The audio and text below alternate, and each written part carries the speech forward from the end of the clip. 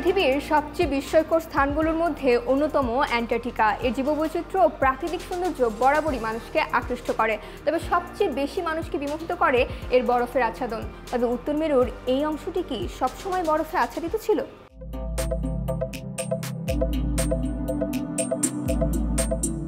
উত্তর মেরুর সর্ব উত্তরে মাইলের উপর পুরো বরফের চাদর দ্বারা আচ্ছাদিত অ্যান্টার্কটিকা হল পৃথিবীর সবচেয়ে শীতল ও শুষ্ক মহাদেশ। এটা গবেষক ও ভ্রমণ পিপাসুদের জন্য এক স্বর্গ, তবে বিপজ্জনক। নিয়ন্ত্রিত ভ্রমণ আর ব্যয়বহুল হওয়ায় অ্যান্টার্কটিকাই একমাত্র মহাদেশ যেখানে অধিকাংশ এলাকায় জনশূন্য।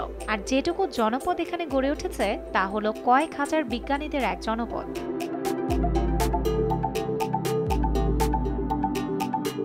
যদিও বৈশ্বিক উষ্ণতার ফলে এর বরফ গলে যাচ্ছে, এই অ্যান্টার্কটিকার বরফের আচ্ছাদনের নিচে রয়েছে শুষ্ক ভূমি, প্রায় পুরোটাই বরফের পুরো আস্তরে মোড়ানো। এই শীতলতম মহাদেশটি কি কখনো বরফমুক্ত ছিল?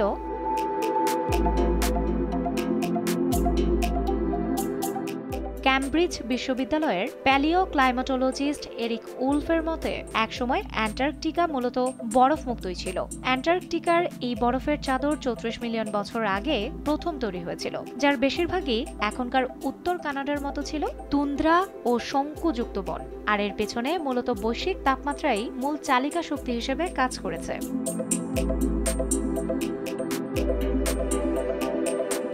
প্রায় 50 মিলিয়ন বছর আগে আমাদের এই পৃথিবী আজকের তুলনায় প্রায় 25 ডিগ্রি ফারেনহাইট বেশি উষ্ণ ছিল, কিন্তু পরবর্তী 16 মিলিয়ন বছরে এর তাপমাত্রা ক্রমাগতভাবে হ্রাস পায়। 34 মিলিয়ন বছর আগে ইউসিন অলিগোসিন সীমানা নামে পরিচিত একটি সময়কালে পৃথিবীর জলবায়ু এখনকার তুলনায় 14.4 ফারেনহাইট বেশি উষ্ণ ছিল।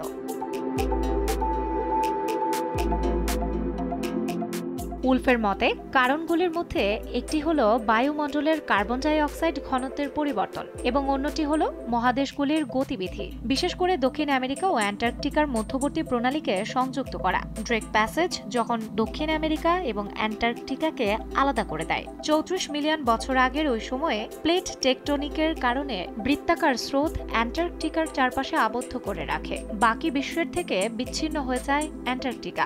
উষ্ণ বায়ুর কারণে জনসাধারণের জন্য দক্ষিণ মহাসাগর পেরিয়ে অ্যান্টার্কটিকায় যাওয়া অনেক কঠিন হয়ে পড়ে। এর ফলে তাপ উৎপন্ন কমতে থাকায় অ্যান্টার্কটিকায় অতিরিক্ত ঠান্ডা হওয়া শুরু হয়, আর কার্বন ডাই অক্সাইড কঠিন হতে হতে বরফের রূপ নেয়।